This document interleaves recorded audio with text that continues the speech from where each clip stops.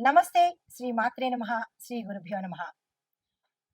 మనకి ఖగోళంలో ఎప్పుడూ చెప్పుకుంటున్నట్టే గ్రహాలు తమ తమ పరిధిలో ముందుకు వెళ్ళడము అంటే సంచారం చేస్తూ, మళ్ళా ఒక్కొక్కసారి వెనక్కి వస్తూ, మళ్ళా ముందుకు వెళ్తూ ఉంటారు.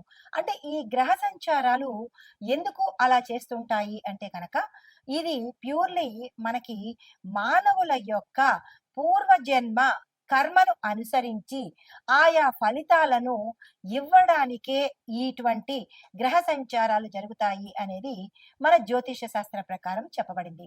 అయితే ఈ ఒక్కొక్క గ్రహము ప్రతి మనిషి మీద తనదైన కర్మ ప్రభావాన్ని మనుషుల యొక్క ఆహ్, అంటే పూర్వకర్మలను అనుసరించి ఏ ఫలితాన్ని, ఏ సమయానికి, ఏ స్థానం నుంచి అంటే మనకి జ్యోతిష శాస్త్రంలో 12 స్థానాలుంటాయి. ఈ 12 స్థానాల్లో ఆ జీవి యొక్క అంటే ఆ మనిషి యొక్క పాపాలను కానీ, కర్మలను కానీ, పుణ్యాలను కానీ, వాటిని అంటే పితృదోషాలు కావచ్చు, లేదా కర్మలు కావచ్చు, మనిషి చేసిన ఆహ్, పూర్వజన్మవి, ఈ జన్మవి కలిపి వాటిని అనుభవింప చెయ్యడం కోసము ఈ గ్రహాల యొక్క సంచారం జరుగుతుంటుంది.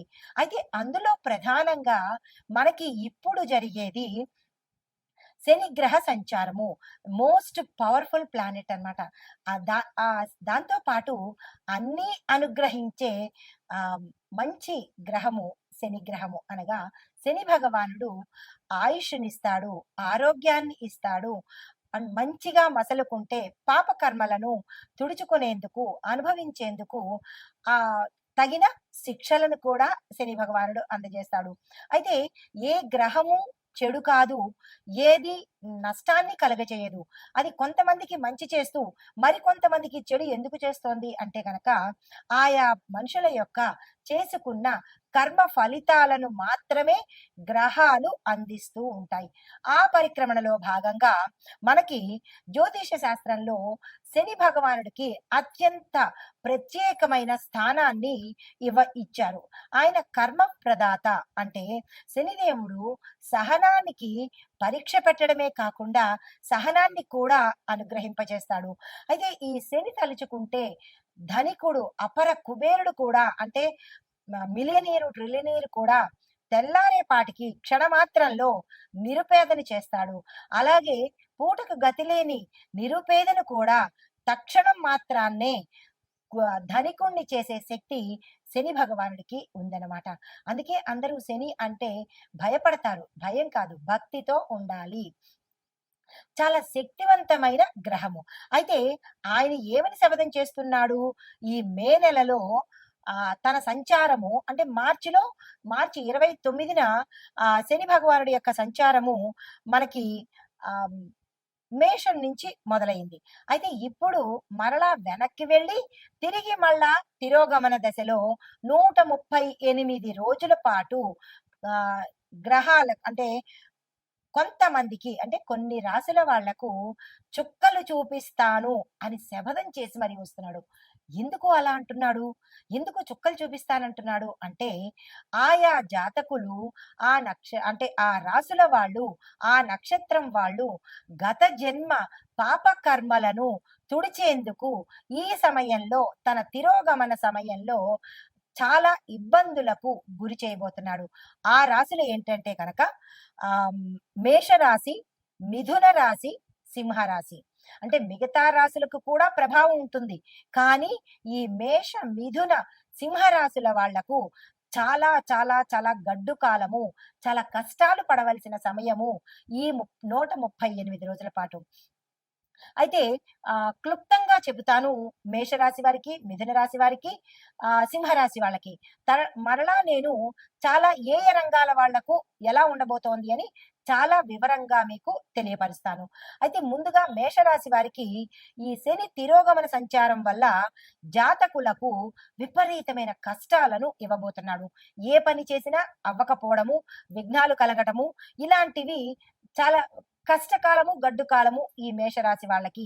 ఎటువంటి పరిష్కారాలు కూడా లేనటువంటి కష్టాలను, ఇబ్బందులను 138 రోజుల పాటు ఇవ్వబోతున్నాడు. దీంతో పాటు కష్టాలతో పాటు ఆరోగ్యము కుటుంబ సమస్యలు అంటే విపరీతమైన ఆరోగ్య క్షీణత, కుటుంబ సమస్యలు, జీవితం అంతా అంటే ఈ 138 రోజుల పాటు తమకి తాము ఈ జీవితం వృధా అనుకునేలాగా ఈ మేషరాశి వారి మీదకి తీవ్రమైన ఒత్తిడిని తీసుకురాబోతున్నాడు. తర్వాత మిథున రాశి వారికి కూడా ఈ తిరోగమన సమయంలో 138 రోజుల పాటు తీవ్రమైన కష్టాలు పడనున్నారు.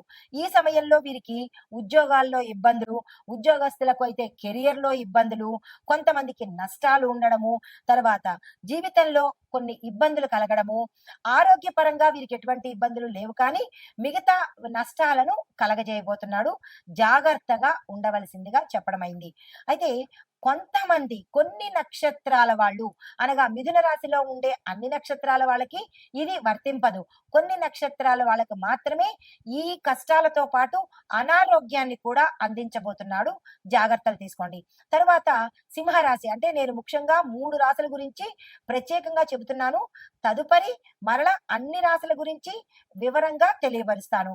అయితే సింహరాశి వాళ్ళకి ఈ శని తిరోగమనం వల్ల 138 రోజులు నష్టాలను, ఆస్తి నష్టాలు, ఆరోగ్య నష్టాలు, ఉద్యోగ నష్టాలు, తీవ్రమైన సమస్యలు ఎక్కువగా ఇబ్బందులు పెట్టేటట్టుగా ఈ అంటే ఏ పని చేసేదానికి ముందుకెళ్లకుండా ఇంకా ఒకటని కాదు, రెండని కాదు తీవ్రమైన కష్టాలను ఈ 3 రాశుల వాళ్ళు ఎక్కువగా 138 రోజుల పాటు అనుభవించే దిశగా శని భగవానుడు ఛాలెంజ్ చేసి మరీ వస్తున్నాడు.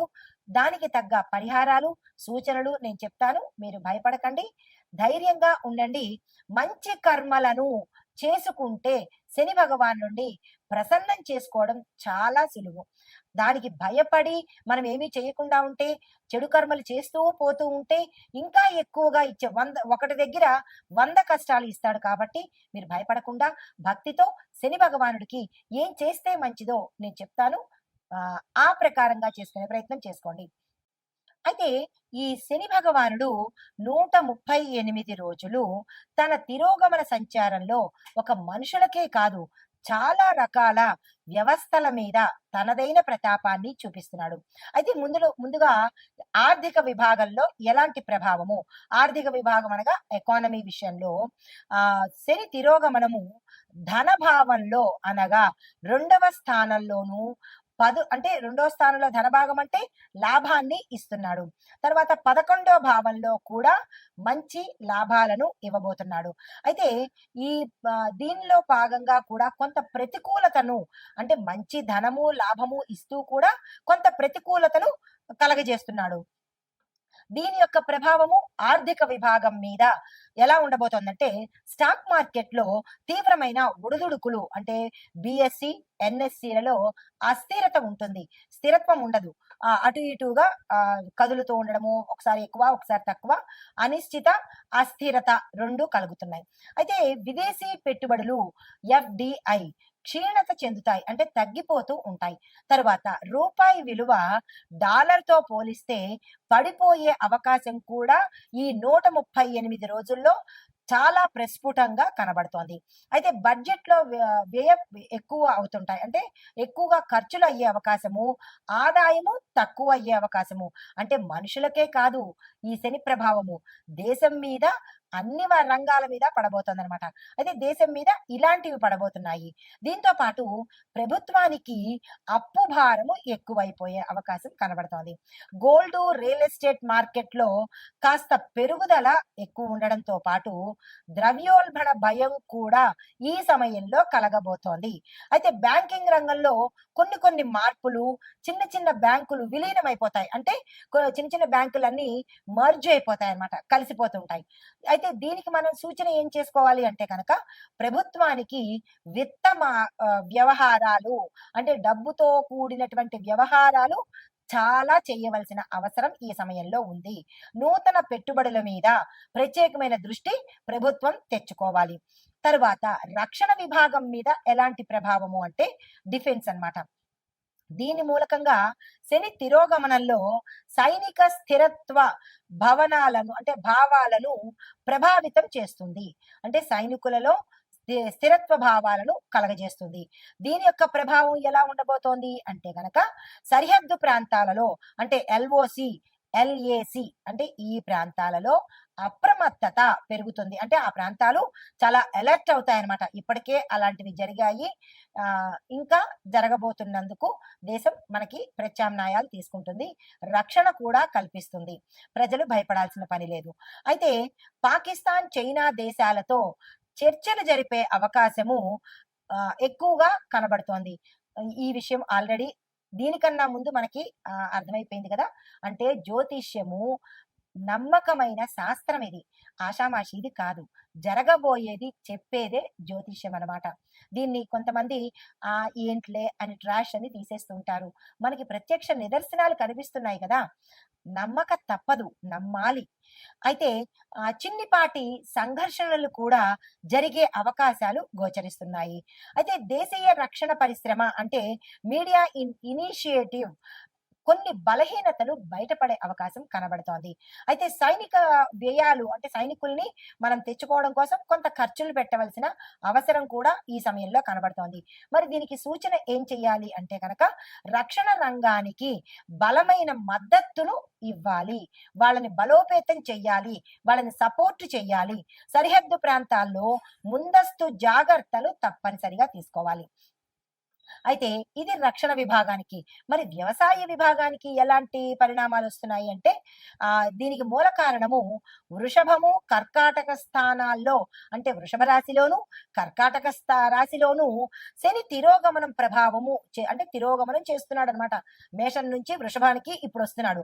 వృషభము, కర్కాటకము మళ్ళీ ఈ రెండిట్లోంచి తిరోగమనం చేయడం వల్ల ఏమవుతోంది?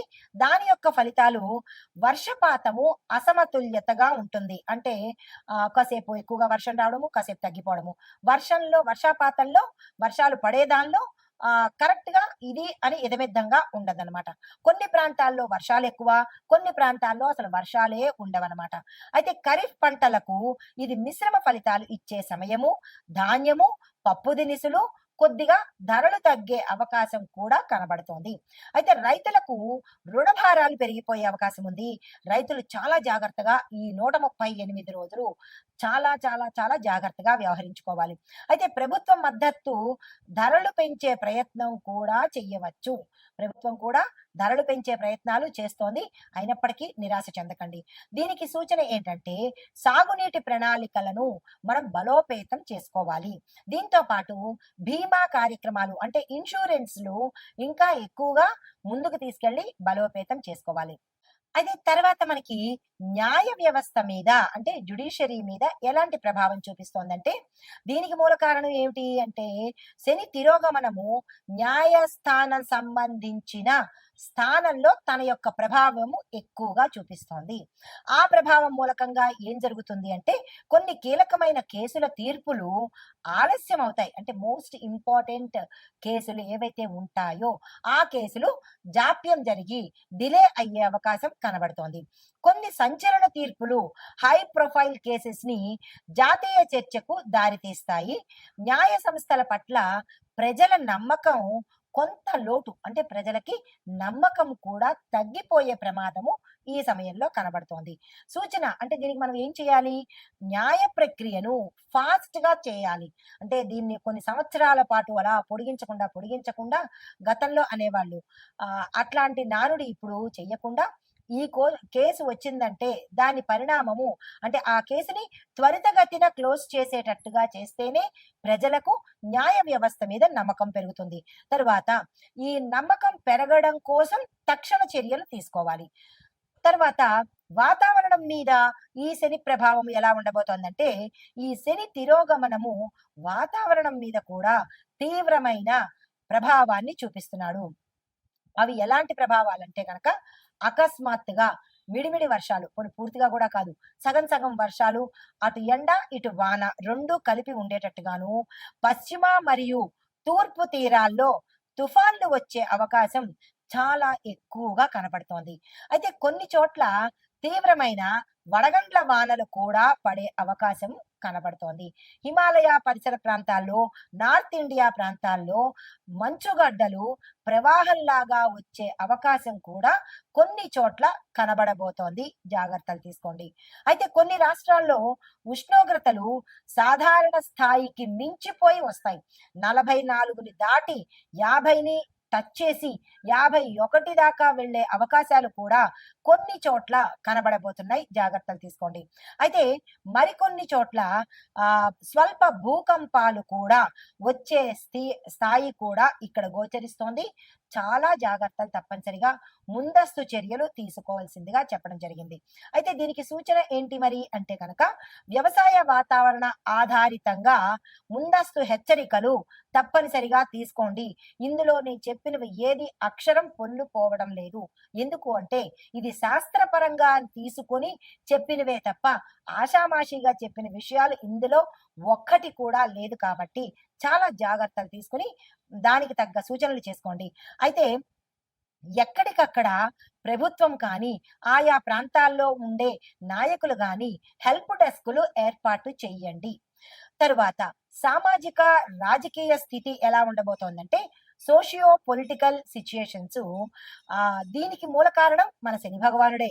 ఆయన ఏం చేస్తున్నాడు అంటే ఎక్కువగా వీటి మీద ఈ దీని మీద సామాజికంగా ఎక్కువ ప్రభావాన్ని చూపించబోతున్నాడు.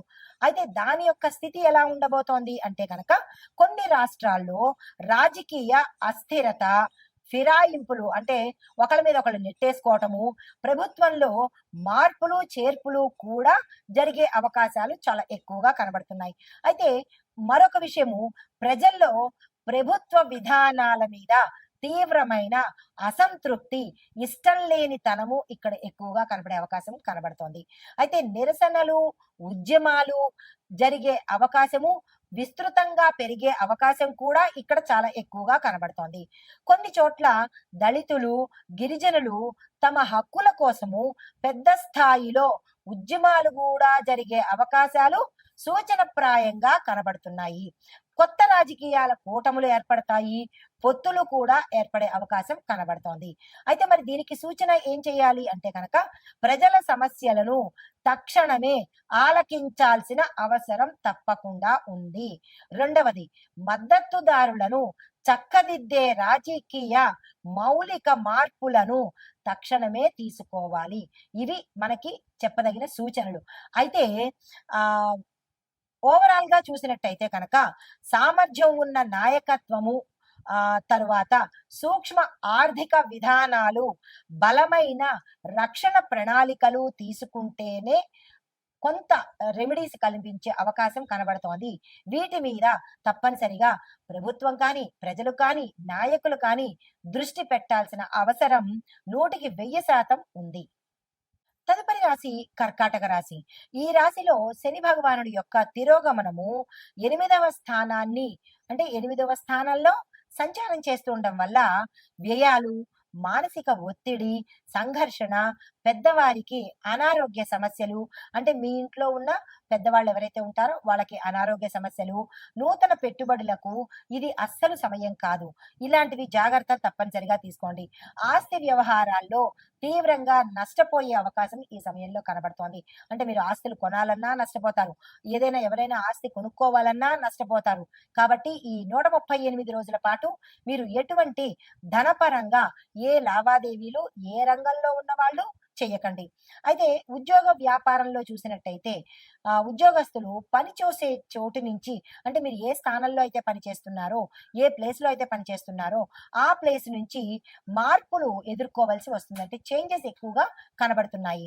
దీంతో పాటు వ్యాపారంలో ఒత్తిడులు, తీవ్రమైన స్ట్రెస్ కనబడుతోంది. అంటే మీ వస్తువు సేల్ అవుతుందా లేదా, లేదా వ్యాపారం కరెక్ట్ గా నడుస్తుందా లేదా, ఇలాంటి తీవ్రమైన ఒత్తిడులు మీరు ఎదుర్కొంటారు. దీనితో పాటుగా వ్యాపారస్తులకు అంటే వ్యాపార, వర్తక, వాణిజ్య, పారిశ్రామిక రంగాల్లో ఉన్న ప్రతి ఒకళ్ళకి మీ కింది స్థాయి వాళ్ళు మిమ్మల్ని మోసం చేసేటట్టుగా కనబడుతోంది. జాగ్రత్తలు తప్పనిసరిగా తీసుకోండి. అయితే ఒప్పందాల్లో మీరు గతంలో ఏదైనా ఒప్పందాలు చేసుకుందాము, మనం మే నెలలో మొదలుపెట్టుకుందాంలే మంచి రోజులు కదా అని అనుకుని, ఈ నెలలో ప్రారంభించాలి అని అనుకుంటే కనుక అవి చాలా డిలే అయ్యేటట్టుగా కనబడుతోంది. అటువంటి డిలే అవుతోంది, ఆలస్యం అవుతోంది అని మీకు అనిపించిన వెంటనే దాన్ని ఆపేయండి. అంతేగాని ఇంకా ముందుకు తీసుకెళ్లే ప్రయత్నం అస్సలు చేయకండి. తర్వాత ఆరోగ్యపరంగా చూసినట్టయితే కనుక జీర్ణ సంబంధిత సమస్యలు చాలా ఎక్కువగా కనబడుతున్నాయి. మానసిక డిప్రెషన్స్, ఆందోళన ఎక్కువగా కనబడుతోంది. మరికొంతమంది తీవ్రంగా డిప్రెషన్‌లోకి వెళ్ళిపోయే అవకాశం కూడా ఇక్కడ కనబడుతోంది. సంయమనం పాటించండి. అంటే కొంతమంది డిప్రెషన్ ముదిరిపోయి పిచ్చిలోకి గూడా వెళ్ళిపోయే అవకాశము చాలా ఎక్కువగా ప్రస్ఫుటంగా కనపడుతోంది. జాగ్రత్తలు తీసుకోండి. మీరు చిన్నవాళ్ళైతే మీ పెద్దలు జాగ్రత్తలు తీసుకోండి. మీరు పెద్దవాళ్ళైతే కనుక మీ యొక్క పిల్లలు మీ పట్ల జాగ్రత్త తీసుకునేలాగా ప్రయత్నం చేసుకోండి. అయితే మీకు చెప్పదగిన పరిహారాలు శనివారం రోజు నల్ల ఉల్లిపాయలను దానంగా ఇవ్వండి. మీ యథాశక్తి దానంగా ఇచ్చుకోండి. దీంతో పాటు హనుమాన్ చాలీసాని ప్రతిరోజు చదవవలసిందే. మీకు మంచి కావాలి అని అనుకుంటే, ఇలాంటి వాటి నుంచి విముక్తి పొందాలి అని అనుకుంటే, హనుమాన్ చాలీసా ఒక్కటే రెమెడీ. దాన్ని మేము చదవలేము, మాకు సమయం లేదు అంటే, అది మీ ఇష్టము. అనుభవించడానికే రెడీ అవ్వండి. లేదు మేము తగ్గించుకుంటాము, అనుభవం తప్పదు, కానీ తీవ్రత తగ్గుతుంది కాబట్టి, హనుమాన్ చాలీసాని చదివే ప్రయత్నం చేసుకోండి. ఇవి ఈ రాశిలో ఉండే వారికి చెప్పదగిన గోచారరీత్యా ఫలితాలు, పరిహారాలు, సూచనలు.